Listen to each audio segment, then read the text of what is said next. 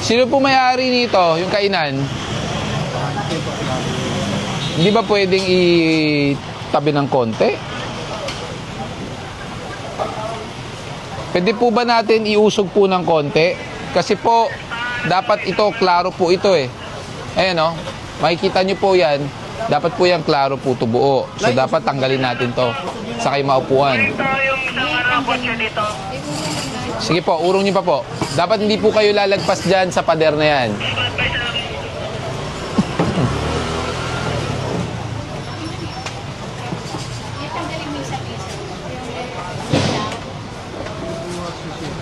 Opo. Ano po yun? Ano po yun? Yung Thank you po. Kaya nga eh. isang kotse ron. Diyan na nga sila, sir. Tiga di. Ano po yun? Yung katabi nung dilaw sa harapan. Opo, ano po yun? Tiga di ICT may-ari nun. So, ano pong... Kasi ngayon ko lang nalaman yan. At ngayon lang ako nakita na sulat. ganun naman po, ganun po talaga. Ganun po talaga, Chairman. Pero noong isang araw, nandito ang MMDA, ang MTRCB. MTRC. Yung sa movies? CGP. MTPB. Oo, MTPP. At gumawa na kami ng resolusyon. Akala ko, okay na yun. How many years have you been the barangay chairman? 15 years. 15 years? Opo. Ngayon lang po kayo gumawa ng resolution? Opo. Kasi yung MTPP ito, legal park talaga sa left side. Hindi, pero meron pay parking ticket which is yun po ang legal dapat. Yeah. Kaso yung mga ibang sasakyan nyo po dito, wala naman pong pay parking ticket. Yeah, Pangalawa, wala. most of the vehicles here are stalled like tulad po niyan. Hindi na umaandar. Sariling sasakyan nyo po ng barangay, tinambak nyo na po sa kanto.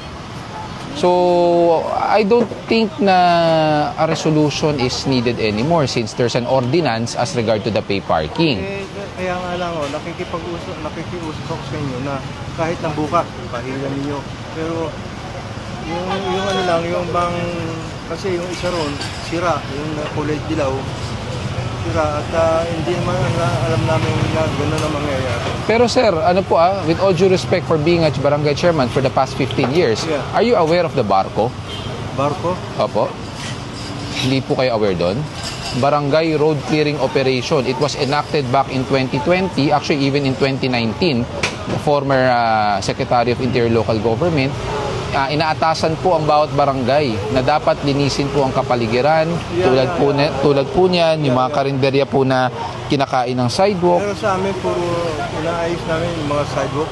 Pero wala pa rin po kayo sidewalk dahil punong-puno po ng obstruction. Yung iba po nga po, tulad niyan, yung karinderya, napayagan nyo daw po hanggang dito. Yung tent po nyo, tinan nyo po, nasa kalsada na. Tapos, indicated also under Barco Memorandum na dapat street parking should be regulated. So, tama naman po ginawa ng MTPB since meron silang regulation as regards to pay parking. Pero hindi ko lang po alam bakit hindi po nabibigyan ng pay parking ticket karamihan ng sasakyan po dito. Kaya nga, ang pagkaalam namin, ang left side parking, free. Left side parking is free. Left side. Pero may ticket po yung mga ibang sasakyan dun eh. On the left side. Ngayon lang nangyari yun. I doubt po. Kasi hindi kami nag-coordinate sa MTPB para iwas nga po any compromises eh. So talagang mayroong pay parking po talaga Kahapon lang dito. nandito yun. Opo. Saka May nagsumbong tiga Malacanang.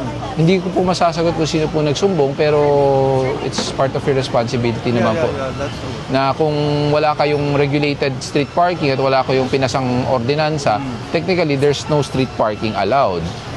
Actually, Chairman, I lived here way back about 10 or 12 years ago. Talagang daming parking dito. Mga jeep. So alam ko po ang sitwasyon po dito at alam ko rin po talaga walang ordinansa ng parking dito. It's just that napagbigyan po siguro 10 years ago kasi ang sitwasyon ng kalsada natin hindi naman ganun kapuno. Pero unfortunately right now, sobrang dami ng sasakyan. We have to adapt to the current situation. Saka Chairman, yun po yung ibang constituent nyo. Hinaharang sa gate ng may gate po. Under Republic Act 4136, bawal po yun eh. Opo. Saka yung ibang sakyan nga po, ginawang ano na, stalled na. This is different eh. Eh, 688 yan. kahit difference po, Pagdating kahit magkaiba po kayo, still one street lang po yan. Oh, ang Republic Act naman po, ano yan, national po yan eh. So, sinusunod naman po yan. Whether may ordinansa o walang ordinansa, under RA 4136, yung mga prohibited, sinusunod po yan. Sige po, Ha? kung mapapagbigyan niyo po yung katabi ng kulay dilaw dito. Hindi ko pa pagbibigyan unless may driver po yan at magpapatikit. So, matotoo po talaga. Kasi, towing, number code yun. Oo po. Eh, kung number coding, dapat may garahe naman po sila. city wala eh, nakatira lang. Nonetheless naman po, hindi tayo namimili kung anong ahensya pa po yan.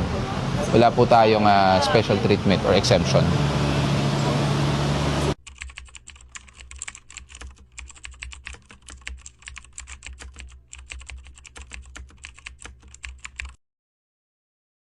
Ano to po yung aking sasakyan. Okay. Tanong ko lang po yung due process kasi po wala po ako totally information about it. Tapos po wala rin po ako parking tickets kasi po for all I know, dito po 12 years na po kasi akong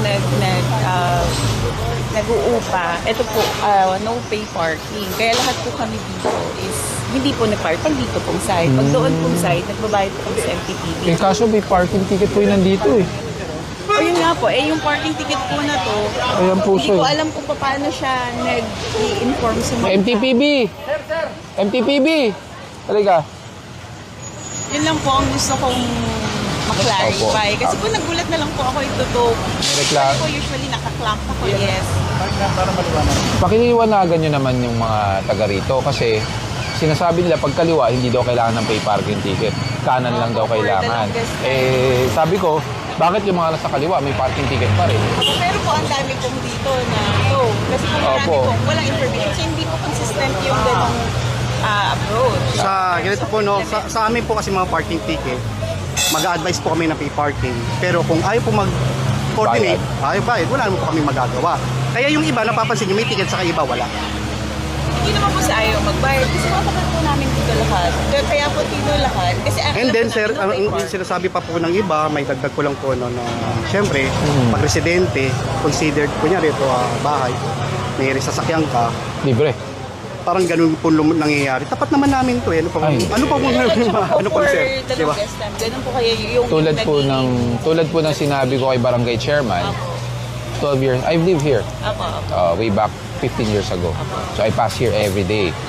Talagang marami naka-parking dito. Pero sabi ko nga kay chairman, the situation 12 years ago is not applicable anymore to the situation right now. There are so many vehicles, as I said, tulad yan, tinan nyo. Pero in terms po of informing yung mga Well, communities that and falls under the barangay. So, if ever hindi po sila nag-inform, then there's a So, in negligence. terms po, meron contest. Kunyari po ako mag-complain ako. Kasi I feel na parang ngayon ko lang nalaman lahat tapos biglang na-tone na lang yung Hindi po concept. kayo mananalo sa contest kasi we will implement national code which is pag walang ordinansa, wala pong parking talaga. There's no street parking allowed. Paano po yung next time na process? Na Pwede for nyo us to ireklamo ang barangay. understand? Si barangay ang pwede nyo ireklamo. Pero for added information, wala pong approved ordinance of parking on your street as of the moment. Sabi nga po ni chairman, kagagawa lang daw nila nung isang araw.